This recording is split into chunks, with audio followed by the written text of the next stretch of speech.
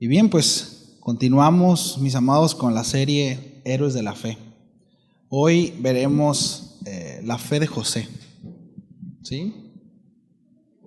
Vamos a orar.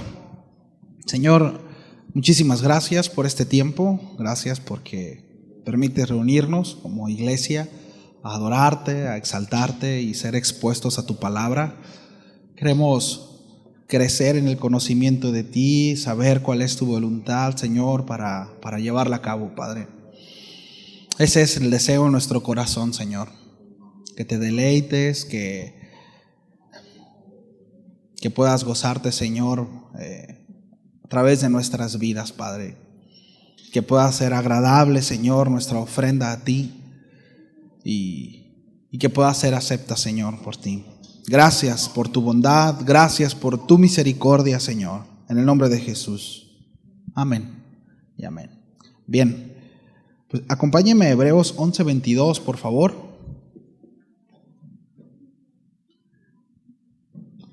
Hebreos 11:22. Cuando lleguen me dicen, estamos aquí, gloria a Dios, amén. Bien. Dice, por la fe, José al morir mencionó la salida de los hijos de Israel y dio mandamiento acerca de sus huesos. Cuando hablamos de la fe de José, podríamos decir que hubo muchos acontecimientos en su vida como para ilustrar su fe. Sí. Podríamos citar el incidente en el que José se encontraba en Egipto y una de las mujeres más poderosas y seguramente una de las más bellas de Egipto le propuso intimar con él. Y precisamente por mantener su integridad y su santidad fue llevado a prisión. Podríamos mencionar, por ejemplo, eso. Sin embargo, este incidente no fue registrado aquí en el capítulo 11 de Hebreos. Y hubo muchas otras ilustraciones de fe en la vida de este hombre. Sí. Probablemente, mis amados, en el Antiguo Testamento no hubo nadie que fuera una figura tan apropiada del Señor Jesucristo como lo fue José. Y más adelante les explico a qué me refiero con esto. Sí. Pero lo interesante acerca de José es que él tuvo fe en el sueño que Dios le había dado.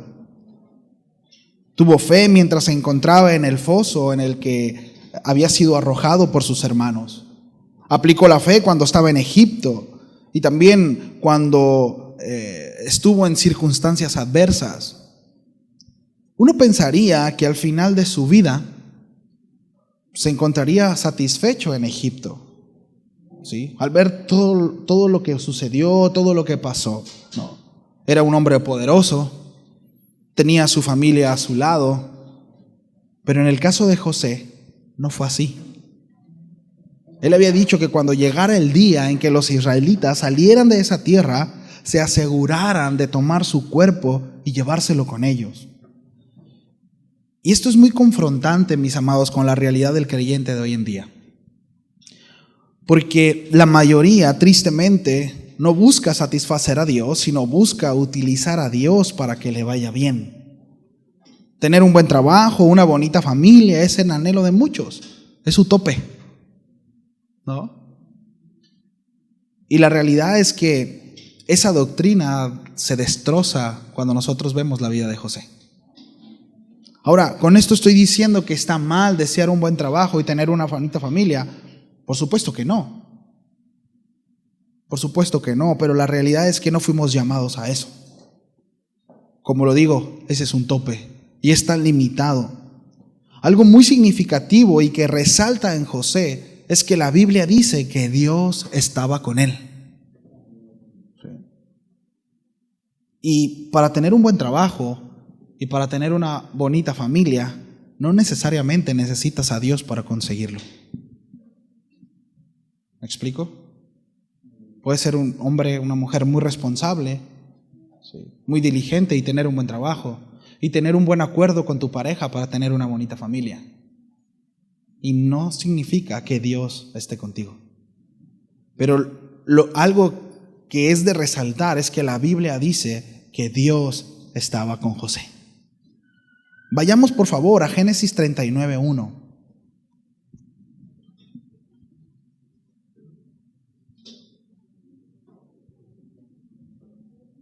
Ya al final vamos a regresar a Hebreos. Génesis 39:1 dice: llevado pues José a Egipto, Potifar, oficial de Faraón, capitán de la guardia, varón egipcio, lo compró de los ismaelitas que lo habían llevado allá. Dice: mas Jehová estaba con José. Muchos al leer todo el contexto podrían preguntarse: ¿cómo puede decir la Escritura que Dios estaba con José? Pongámonos en contexto, ¿sí? José era el hijo amado de su padre. Era un muchacho obediente, según vemos la narrativa de su vida en el Génesis. Sus hermanos no lo querían, al punto de planear su muerte. José comparte un sueño, ¿verdad?, dado por Dios, en donde ellos se inclinaban ante él. Él estaba por encima de todos ellos y no les gustó. Sí. La rabia era tal de sus hermanos hacia José que le echaron en una fosa sin agua y después lo vendieron como esclavo, dándolo por muerto a su padre. Fue llevado a Egipto después de trabajar y ser diligente. Escúcheme bien, halló gracia delante de un oficial, precisamente Potifar. La mujer de este le acosa, le invita a intimar y José se niega, y por mantener su santidad, su integridad, a causa de su temor a Dios, lo meten a la cárcel. Pero Dios estaba con él. Pareciera que cada buena respuesta de José ante las circunstancias de adversidad se pagara con una tragedia, ¿no? Pero Dios estaba con José. Particular afirmación, mi hermano, en medio de tanta calamidad. Porque nosotros lo resumimos, ¿no?, ahorita en 30 segundos. Pero imaginemos todo el proceso.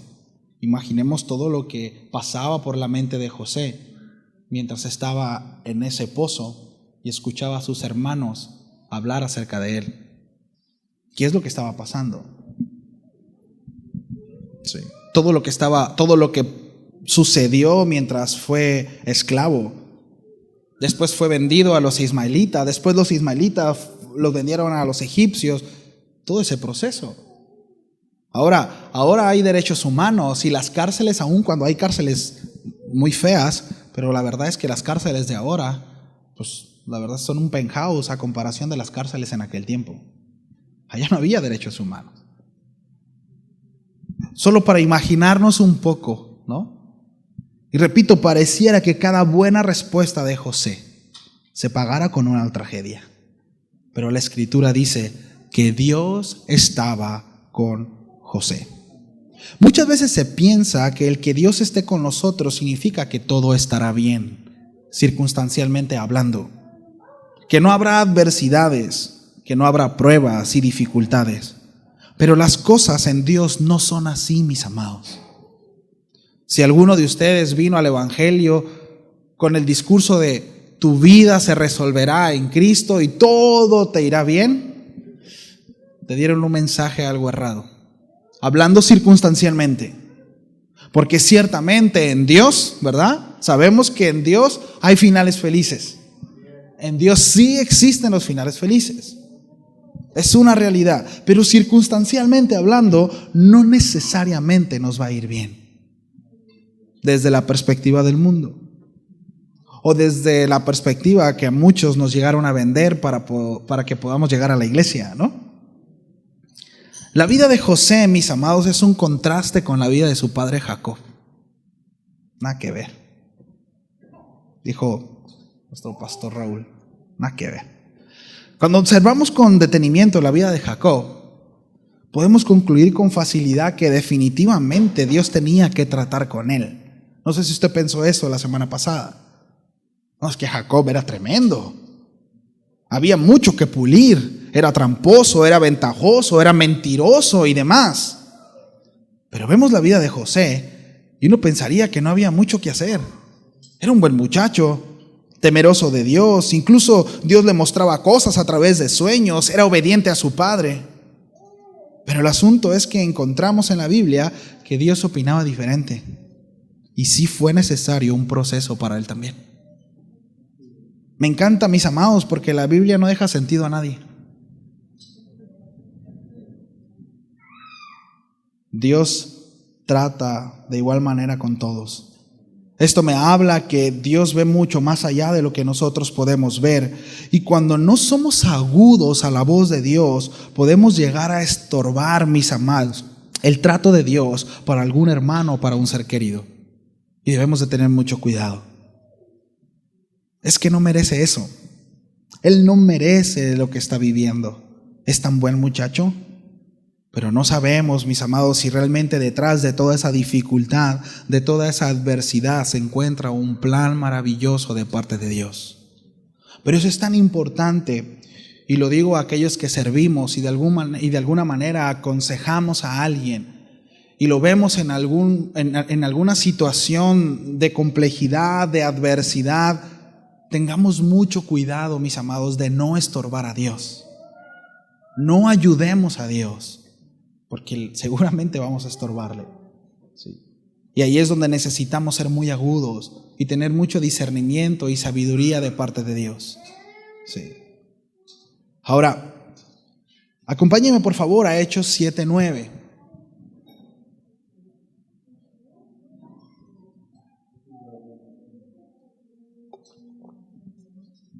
Hechos 7, 9 y 10 es parte del discurso de Esteban antes de ser martirizado. Y Esteban dice lo siguiente acerca de José. Dice: los patriarcas, movidos por envidia, vendieron a José para Egipto. Y mire lo que dice: pero Dios estaba con él. ¿Con quién? Con José. ¿Sí? Esteban está citando lo que nosotros leímos ahí en Génesis.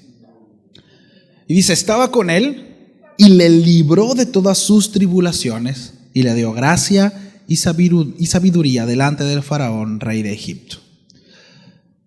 De nuevo, la Biblia dice que Dios estaba con José. Sin embargo, había procesos que tenía que vivir. Debo decir esto, mis amados, pero qué terrible es que en medio de la adversidad nosotros creamos que no hay propósito alguno de la condición en la que nos podamos encontrar y terminamos por victimizarnos. ¿Cuántos saben de lo que me refiero, a lo que hablo?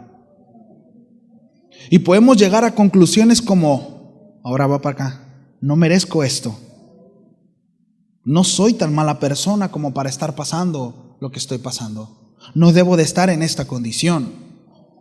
Incluso de repente nos comparamos quienes se encuentran alrededor de nosotros y decimos: pues yo veo a mi compadre y no estoy tan mal, y parece que a mí me va más mal que a mi compadre, ¿no? Y concluimos en eso, en no soy tan peor. Hay personas que hacen cosas más malas que yo, por tanto es injusto lo que me está pasando. Y debo decirlo así, lo que pasa es que no sabemos qué viene detrás o qué hay detrás de la dificultad. José no era perfecto, pero sí vemos integridad en su vida y temor a Dios. Y la estaba pasando mal. Y jamás vemos una actitud altiva respecto a esto con Dios. Sí. Seguramente tenía dudas, había preguntas, pero el trato de Dios era recibido por su corazón como bueno. Escúcheme, amado, José abrazó el proceso de Dios para su vida. Debemos de entender, mis amados, que vendrán dificultades que tal vez no entenderemos, pero que son necesarias para el propósito de Dios a nuestras vidas. Abracemos el proceso de Dios en nosotros. Lo peor que puede suceder es precisamente eso, victimizarnos y decir: yo no merezco esto. Sí. Detrás de todo eso que le estaba aconteciendo, seguido de Dios estaba con él, vemos que Dios le prosperó, que Dios lo bendijo, que Dios lo puso en alto. Sí. Algo que he hablado con mi esposa cuando vienen momentos complicados es: no todo el tiempo vamos a estar así. En algún momento vamos a partir. Tal vez la condición durará 90 años, 100 años, pero pasará. Esa es la esperanza, mis amados. No todo el tiempo estaremos en esta situación y en esta condición. Sí. Dice Esteban, menciona lo siguiente, ¿no? Ahí en Hechos 7:10, dice que le libró de todas sus tribulaciones. Fíjese, la palabra tribulaciones aquí en el original se puede traducir como la palabra obstáculos. Y es muy interesante porque un obstáculo es una cosa que impide pasar o avanzar hacia un lugar. Y esto tiene mucho sentido porque las tribulaciones de José solo eran obstáculos que debía pasar para alcanzar lo prometido por Dios o para llegar a la meta que Dios le había dado. José no solo sabía que Dios estaba con él, sabía que Dios tenía un propósito para él. Y cuán importante es que el creyente, que usted y yo reconozcamos estos dos factores, que Dios está con nosotros y que Dios tiene un propósito para nosotros. Miren, el peregrinar del creyente con ausencia de su Señor es un espejismo, es decir, no existe, no hay tal peregrinar como creyente. ¿Me explico? El hombre y la mujer de fe caminan con la certeza de que Dios está con ellos. Avanzan motivados por la instrucción de Dios y no hay mayor recompensa que la misma presencia de su Creador en sus vidas. Por otro lado, sin haber recibido un propósito, un destino, un rumbo, ¿hacia dónde caminas? ¿Por qué luchas? ¿Por qué te esfuerzas? ¿Por qué te levantas? Las tribulaciones pasan de ser obstáculos que impiden que consigamos lo que Dios nos ha dado y se convierten en verdugos espirituales. Es la razón por la cual muchos se han quedado en el camino, mis amados. Ignoran la presencia de Dios y viven sin dirección. Debo decir que la autoridad de Dios en nuestras vidas nos da sentido. Los límites nos dan rumbo y nos dan destino. Es la razón por la cual tienen tanto éxito los libros con pasos a seguir y metas a alcanzar. ¿Por qué? Porque el hombre tiene la necesidad de ser gobernado por alguien más, de ser dirigido, y la razón es que Dios nos creó así. El apóstol Pablo le dice a los Colosenses 1:16 que todo fue creado por él. Todas las cosas, dice, las que hay en el cielo, las que hay en la tierra, las visibles e invisibles, dice, sean tronos, sean dominios, sean principados, sean potestades, todo fue creado por medio de Él y para Él. Es decir, fuimos creados por Dios y para Dios, con un propósito, con un destino, con un sentido. Fuimos creados para Dios. El asunto es el pecado. Aun cuando fuimos creados para ser gobernados y dirigidos por Dios, terminamos siendo gobernados y dirigidos por el pecado y la concupiscencia en nuestro corazón. Por eso la importancia, mis amados, de la obra de Dios en nuestras vidas, el arrepentimiento de pecados, el nuevo nacimiento y el ser parte de la santidad de Dios. Porque por algo seremos gobernados, por algo seremos dirigidos, sí o sí. Miren, mis amados, si nuestros problemas estuvieran resueltos, muchos de nosotros no estarían sentados o no estaríamos en este lugar.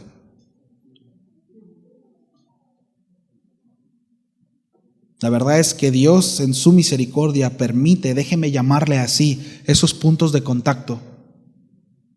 Alguna enfermedad, hijos rebeldes, matrimonios rotos, economías destrozadas, puntos de contacto. Que hoy en día lo tienen sentado aquí. En algún momento Dios utilizó ese punto de contacto. Pero el punto no es resolver ese asunto. Dios tiene planes más grandes, mis amados, planes eternos, que ni siquiera nosotros podemos imaginar.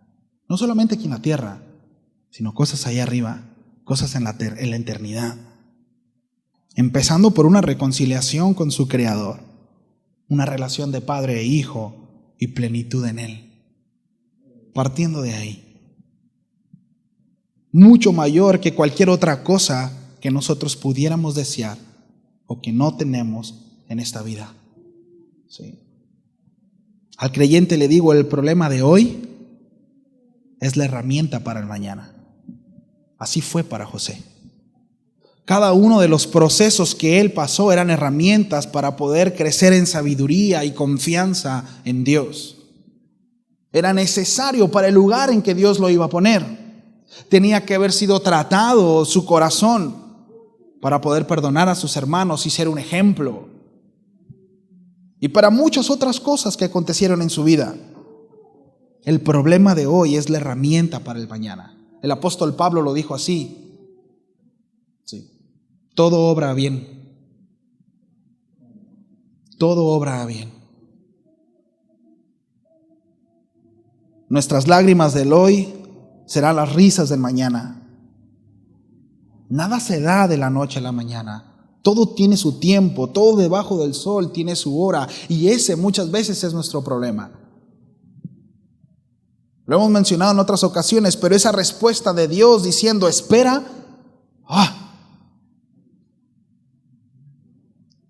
dime sí, dime no, no me digas espera. Dime sí y sé que va a llegar, dime no y pues ya sé, le doy por otro lado. Pero espera. Más en el contexto social en donde vivimos, ¿no? En donde todo es rápido. Todo es ya. Y si no funciona, lo quitamos y ponemos otra cosa. Todo es reciclable. Perdón, todo ya no es reciclable, todo es desechable. Sí. Y en ese contexto, mis amados, muchos podemos ir a Dios y pedirle algo, y cuando las cosas no salen como nosotros queremos, entonces nos enojamos con Dios y le reclamamos a Dios. Esto es muy general, es muy dado. Y muchos se decepcionan de Él, déjeme decirlo así, y puede ser por falsas expectativas e ideas erróneas acerca de quién es el Dios de la Biblia. Porque tengo una expectativa de Dios, y Dios tiene que cumplir mi expectativa. Hace algunos años conocí a una persona que cuando él supo que yo era cristiano, no tardó mucho en decir lo enojado y lo enfadado que estaba con todos ustedes, con toda la comunidad cristiana, porque se sintió defraudado, se sintió engañado. Su esposa se enferma de cáncer, lo invitan a la iglesia y le dicen que Dios iba a sanar a su esposa y le dan la certeza de que sí sería. Estando ahí, ¿verdad? Pues empieza a servir él con la motivación y el deseo de que su esposa se sanara. El asunto es que eso nunca sucedió. Su esposa empeoró hasta morir. Pero en todo ese proceso, ¿sí?, a él le decía, es que les hace falta fe, es que seguramente hay un pecado. Y él me decía, y pues sí había pecado, sí había cosas, y lo único es que nos llenábamos de culpa mi esposa y yo. Y de verdad es una historia terrible, al punto que vendió unas cosas que tenía y muchas se las dio, ¿verdad?, al ministerio, a la iglesia, al pastor directamente, no recuerdo bien, pero se deshizo de cosas. Y el concepto que tiene, espero ya no sea ese concepto el de hoy en día, pero acerca de los cristianos, ¿sí?, de los pastores, es que eran literalmente, eran unas ratas. Yo cuando lo escuché le dije, pues sí, tienes razón, mano. Definitivamente caíste en manos de unas ratas, ¿no?, de unos delincuentes. Pero el asunto es que quien te defraudó fue el hombre, no Dios. Porque Dios no dice eso. A él le pusieron una expectativa de un Dios falso. ¿Me explico? Por eso es tan importante que nosotros conozcamos a Dios. Por eso es tan importante que nosotros lo experimentemos. Que no tengamos falsas expectativas. Porque cuando nosotros tenemos falsas expectativas, escúcheme, Dios no está obligado a cumplir esas expectativas. Por lo tanto, en algún momento esas expectativas se van a venir abajo y vamos a terminar, ¿verdad?, con el corazón destrozado, pateando el bote a más no poder. Y déjeme decir una cosa, esa no es culpa de Dios, es culpa de nosotros mismos por ser negligentes, por no escudriñar las Escrituras, por no estudiar. Por lo menos todos los que estamos aquí tenemos los recursos suficientes, ¿verdad?, para conocer al Señor. Tenemos una Biblia, tenemos acceso a su palabra. Sí. Y ya si de acá Bogdan, Carlos o su servidor lo chorean, ya no es nuestra bronca, ¿me explico? Nosotros nos veremos con Dios, que por supuesto ese no es nuestro deseo, nuestro compromiso es predicar la palabra de Dios. Pero en algún momento se nos puede volar la cabeza y decir cada barbaridad, y es su responsabilidad ir a las Escrituras, repito, y no crear un Dios según una religión, según el pastor, según casa de oración, según esto, sino ver a través de las Escrituras y vivirlo, conocer al Señor de las Escrituras. Eso nos librará, mis amados, de crearnos expectativas falsas de Dios. Sí. Porque duelen, ¿verdad? Duele cuando nos decepcionamos de alguien. Entonces, miren, debemos de llegar a la madurez de decir a Dios, aunque tu respuesta sea no, seguiré confiando en ti. Señor, esto no, seguiré confiando en ti. Dejemos de comportarnos como niños malcriados, creyendo que la vida se trata de nosotros nada más y que todo gira en torno a mí, mis necesidades y... No, mis amados, todo lo que José pasó sirvió para el plan de Dios. Escúcheme, no fueron los planes de José los que se realizaron, fueron los planes de Dios. ¿Me explico? Escúcheme, Dios no lo está pasando por procesos para que al final usted se salga con la suya y pueda conseguir lo que tanto desea. No, el Señor lo está pasando por procesos o lo deja vivir diferentes circunstancias para tratarlo y así cumplir su propósito en su vida. De eso se trata. José expresó completa fe en las promesas concernientes a la tierra de Canaán. Y habló de la futura salida de Egipto a los hijos de Israel. José, repito, fue vendido como esclavo por sus hermanos celosos. Con el tiempo, José fue vendido nuevamente y esta vez a un oficial del faraón de Egipto. Por su fidelidad a Dios, José fue puesto en un alto puesto en Egipto. Aunque pudo haber aprovechado esa posición para levantar un imperio personal, para invertir en Egipto, para poder hacer riquezas, escúcheme, recordó la promesa de Dios a Abraham y antepuso el propósito de Dios, que es su bienestar. Esto, escúcheme, debiera ser muy confrontante para nuestra fe, para nuestra realidad.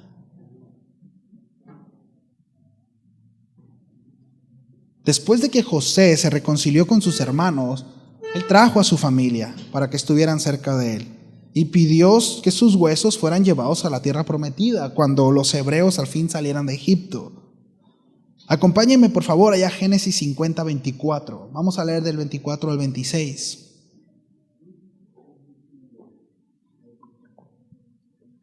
¿Hasta aquí estamos bien? ¿Vamos bien? Muy bien. ¿Estamos ahí? Génesis 50, 24. Ok. Y José dijo a sus hermanos: yo voy a morir, mas Dios ciertamente os visitará y os hará subir de esta tierra a la tierra que juró a Abraham, a Isaac y a Jacob. E hizo jurar a José a los hijos de Israel diciendo: Dios ciertamente os visitará y haréis llevar de aquí mis huesos. Y murió José a la edad de 110 años y lo embalsamaron y fue puesto en un ataúd en Egipto. Algo que debemos resaltar es la seguridad de José ante la promesa de Dios. ¿Lo vemos? Esto va a suceder. Esto habla de su confianza a Dios. Sí o sí sucederá. ¿Por qué? Porque Dios dijo. Como cuando la mamá, ¿no? ¿Pero por qué, ama? Porque soy tu madre. No había argumento más grande, ¿verdad?, que ese. Y hazle como sea. Oye, José, ¿pero por qué estás tan seguro? Porque Dios dijo. tilín, ¿no? Ya no hay, o sea, no es como que punto seguido, no, es punto y se terminó. Punto final. Sí, porque Dios dijo, por la fe José mencionó la salida de los hijos de Israel, ahí en Génesis, y dio mandamiento acerca de sus huesos. Cuando José murió, ¿verdad? Nunca fue sepultado. Dato interesante. La palabra que utilizó José para anunciar la salida de Israel de Egipto fue precisamente la palabra éxodo, ¿sí?, que significa salida. Es la primera vez que se menciona esta palabra en la Escritura. Cuando dice, y Dios ciertamente os visitará y os hará subir de esta tierra a la tierra, dice, Él los hará peregrinar, los llevará de Egipto a un lugar específico con fines divinos. Es lo que significa peregrinar. Un peregrino es aquel que avanza y va a un lugar específico con un propósito divino, con un propósito de Dios. Eso significa peregrinar, un peregrino, ¿sí? Bueno, José por primera vez, ¿sí?, menciona el éxodo. Miren, el ataúd de José estuvo sobre el suelo por alrededor de 400 años hasta que fue llevado de regreso a Canaán. Todos esos años fue un recordatorio silencioso de que Israel regresaría a la tierra prometida, tal como Dios lo había dicho. Aún después de muerto, mis amados, las palabras de José y su anuncio del éxodo retumbaban en Egipto 400 años. Durante todo ese tiempo, cuando un hijo de Israel veía el ataúd de José y preguntaba, ¿qué hacía ahí? ¿Por qué no lo enterraron? ¿Por qué no había sido sepultado? Ellos podían responderle, porque José quiso ser sepultado en la tierra que Dios prometió y no quiso ser sepultado aquí en Egipto, ya que Dios prometió que nos sacaría de aquí. ¿Se imagina? Qué fuerte, ¿no? Interesante. Hasta dónde, ¿no?, va y rebota y trasciende. Por eso es que Hebreos resalta, subraya esa parte de la fe de José, por la trascendencia que tuvo en todas esas generaciones. Repito, entre 300 y 400 años veían a José ahí. Ellos sabían eso, mis amados, estaba predicando acerca de la promesa de Dios. Eso recordaba que un día serían llevados a la tierra prometida. Fe significa confiar en Dios y cumplir su voluntad. Obedecer a pesar de las circunstancias, escúcheme bien, o las consecuencias. Porque a veces estamos dispuestos a obedecer a Dios en diversas circunstancias. Pero cuando nos hablan de las consecuencias, a veces como que no estamos tan dispuestos. Pero fe es atravesar por ello. José pasó la mayor parte de su vida adulta en Egipto. Y aunque fue un heredero de la cuarta generación de la promesa dada a Abraham, él nunca regresó a Canaán durante el resto de su vida. A pesar de esto, al acercarse la hora de su muerte, tuvo fe en que Dios cumpliría su promesa. No dijo, pues no, mire, José tenía 110 años. Imagínense como a los 100 años decir, pues no, es que Dios me dijo y no veo nada claro. Pues no, ya que me entierren por aquí. ¿No? A pesar de eso, al acercarse su hora de su muerte, él dijo, no, yo sé que se cumplirá. Por tanto, cuando ustedes salgan, me llevan con ustedes. Yo no me quiero quedar aquí. Allá entiérreme. Ahora, José no le estaba dando un valor a sus huesos, a su cuerpo, que sabía que se iba a deshacer ahí entre las... No, realmente él estaba anunciando algo. Él murió con la certeza en su corazón de que sucedería lo que Dios había dicho. Sí. Miren, los israelitas estuvieron como esclavos de Egipto 430 años, según las Escrituras. José vivió 110 años. No sabemos con exactitud, ya sea que José vivió un poco de esclavitud o no. Por lo menos pasarían, repito, 320 años para que se cumpliera lo dicho por Dios a través de la boca de José. Este es el perfecto ejemplo de una fe práctica. No importa cuánto tiempo falte, cuánto tiempo pase, la promesa se cumple. No importa que las cosas se vean distintas y que parezca que no pasa nada. Cuando Dios habla, todo se cumple. Y José lo sabía. Y por ello da instrucciones sobre qué hacer con sus restos mortales. Sin embargo, mis amados, José no tuvo esa fe de un día para otro. Fue un crecimiento constante. Fue un proceso. Atravesaría varias injusticias, pero siempre se mantuvo fiel y con la fe puesta en el Señor. Dios lo bendijo y llegó a ser la segunda persona más importante en el reino de Egipto. José presenció en carne propia los milagros del Señor, mientras que al mismo tiempo sufría injusticias. La diferencia, mis amados, entre él y la mayoría de nosotros es sencilla, ¿verdad? En lugar de quejarse y cuestionar todo lo que le pasaba, él se mantenía firme a obedecer y a servir a Dios. Ahí está la clave, mis amados. El enfoque en Él. Se trata de ti. Cuando creemos que se trata de nosotros, nos vamos a detener en cada travesía, en cada adversidad, y nos vamos a cuestionar, y Dios va a tener que tratar eso, ¿verdad? Y nos va a tener que hacer entender eso, y después tendremos que entender el propósito por el cual estamos pasando eso, y el proceso será aún más grande. Pero nos ayudará mucho a entender que se trata de Dios.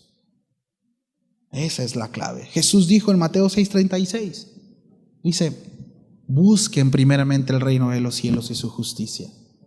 Y hablando acerca de todas las cosas, dice, el Señor se encargará de darnos todo lo que necesitamos. Enfóquense en Él. Enfóquense en Él.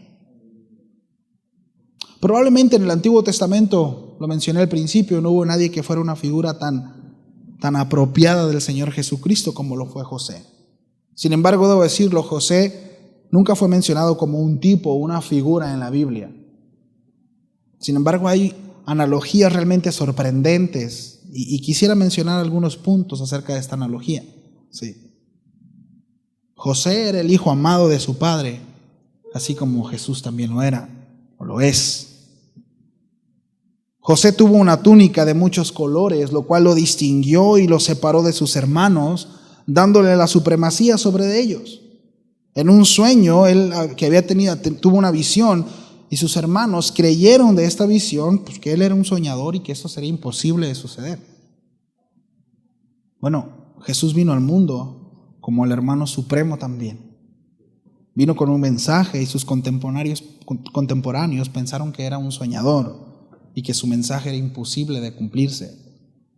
José obedeció a su padre, el Señor Jesús, que había venido para hacer la voluntad de su padre también, dice las Escrituras. Los hermanos de José lo odiaban, lo repudiaban al punto de desecharlo. El apóstol Juan dice que Jesús vino a lo suyo y que los suyos no le recibieron. Los hermanos de José se burlaron de él, lo rechazaron y tramaron su muerte. Lo mismo le sucedió a nuestro Señor Jesucristo. José fue vendido como esclavo, el Señor fue vendido por 30 monedas de plata.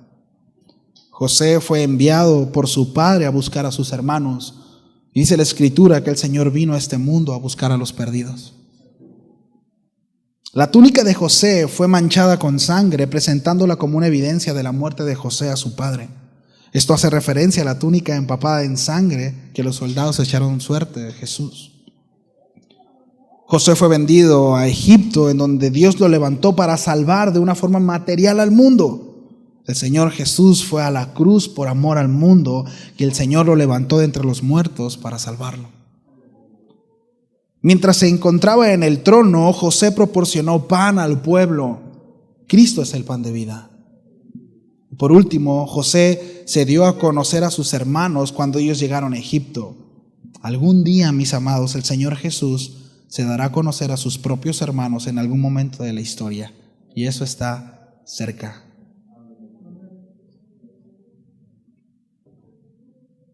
Los procesos, mis amados, generan o dan como resultado una madurez espiritual. Sí. Acompáñenme por favor a Santiago 1, del 2 al 4. Y estoy ya casi entrando a la conclusión.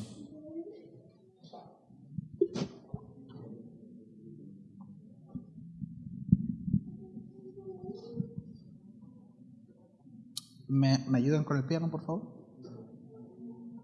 Santiago 1, del 2 al 4. ¿Estamos ahí?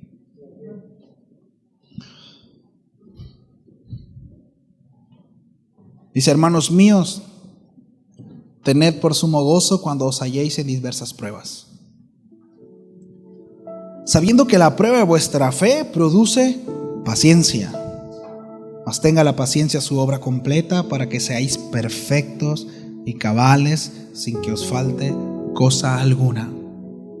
Hay algunas cosas que quiero tomar de este par de versos. Santiago dice: tened por sumo gozo cuando os halléis en diversas pruebas. Santiago considera las pruebas como algo inevitable. Él dice cuando vengan diversas pruebas, no dice si vienen diversas pruebas. Hay una diferencia, ¿verdad? Es decir, las pruebas vendrán sí o sí. Al mismo tiempo, las pruebas, mis amados, son ocasión para el gozo, no para una resignación desalentadora, sin esperanza. No. Podemos tener sumo gozo en medio de las pruebas, debido a que son utilizadas para producir paciencia. ¿Cuántos impacientes hay aquí?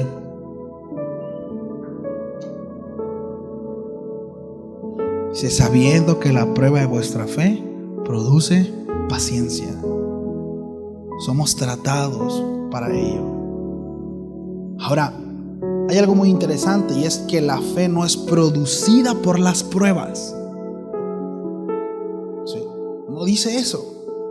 Tampoco vemos que las pruebas hicieron que en José se produjera una fe más grande. No. La fe no es producida por las pruebas, es probada a través de las pruebas. La fe es probada. Las pruebas revelan qué tipo de fe tenemos.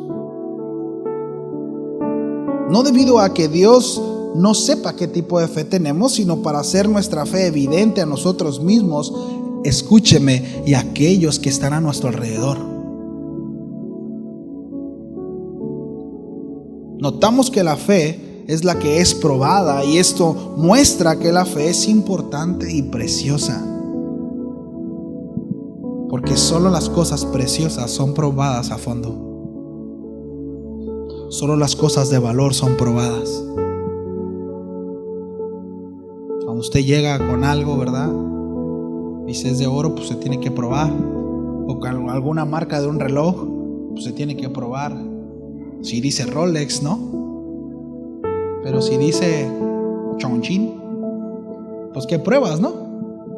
Así me explico. Solo las cosas con valor son probadas. Y la fe es muy valiosa. La fe es muy valiosa. Spurgeon dijo acerca de la fe. Dice: la fe es tan vital para la salvación como el corazón lo es para el cuerpo. Así de importante es la fe. Si las pruebas no producen fe, entonces ¿qué lo hace? ¿Qué produce fe?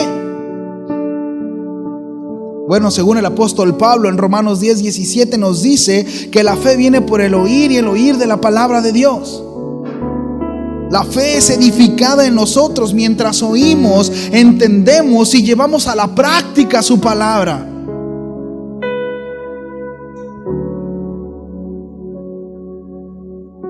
Solo así esto producirá fe, exponiéndonos a su palabra, escuchándola, entendiéndola y obedeciéndola. Eso producirá fe.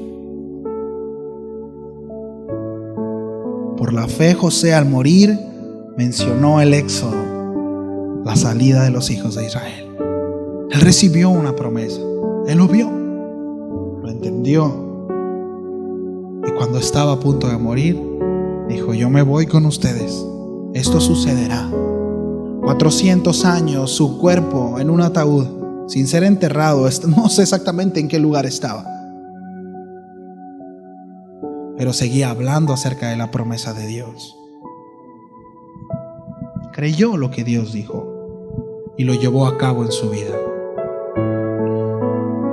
Yo no sé si alguno de nosotros ha recibido una palabra o una promesa en específico. No lo sé. Hay muchas promesas. Le puedo dar una promesa, y es que un día, mis amados, estaremos con Él en la eternidad. Si usted es de Dios, un día nos encontraremos con Él cara a cara.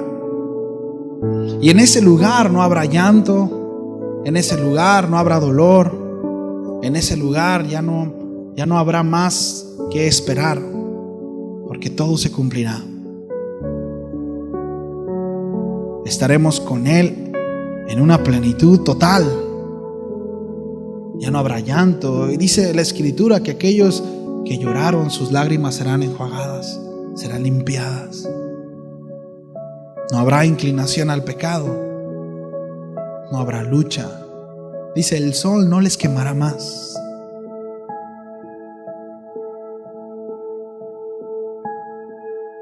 Esa es una promesa que sí o sí se cumplirá.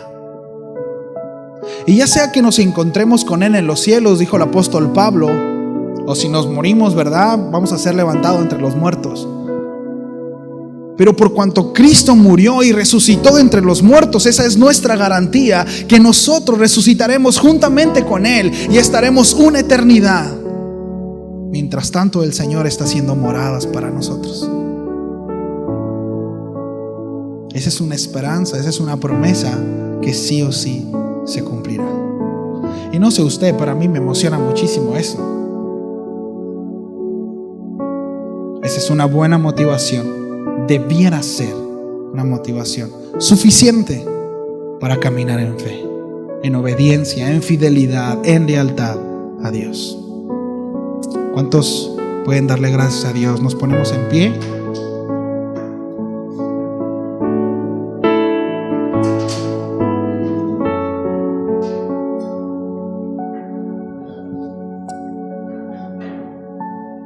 ¿Alguien puede decirle, Señor, gracias? Tiene la libertad de levantar sus manos, cerrar sus ojos. Tomémonos unos segundos y digámosle, Señor, gracias por tus promesas. Porque eres un Dios que cumple.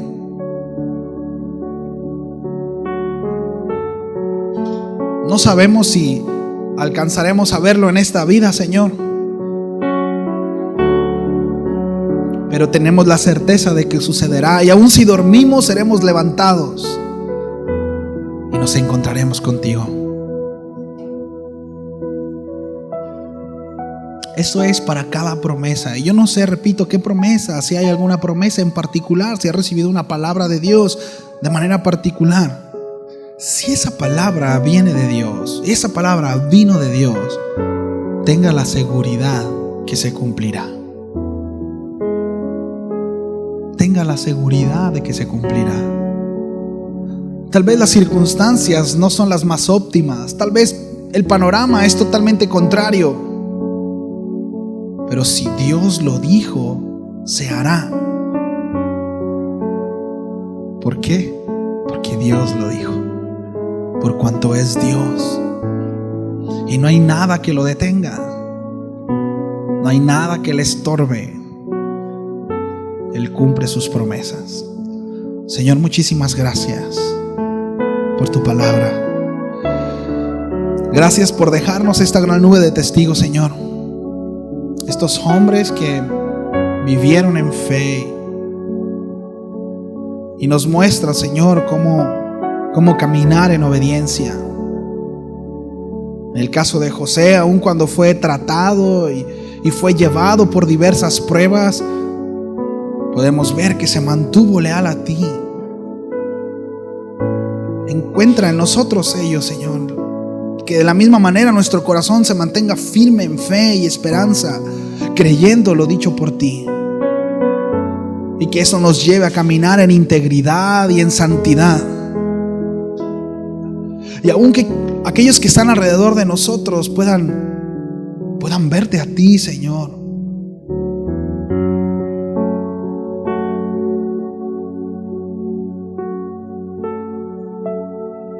Que podamos ser luz en medio de esta oscuridad, de una sociedad llena de desesperanza, sin propósito, donde todo es tan relativo, tan subjetivo, en donde no hay norma, en donde la moral se está perdiendo. Deseamos ser instrumentos, Señor, en tus manos, poder llegar a ser ese bálsamo para algunos, esa luz de esperanza, Señor. Queremos servirte, queremos cumplir tus propósitos más allá de los nuestros. Tenemos necesidad y tu palabra dice que tú te haces cargo de nosotros, Señor. Tú sabes qué necesitamos, tú sabes lo que deseamos, tú sabes la petición en nuestro corazón. Tú te has de encargar de eso. Confiados, Señor, podemos decir: quiero vivir para ti, sabiendo que todo lo demás será suplido. Ayúdanos a crecer en fe. En el nombre de Jesús. Amén.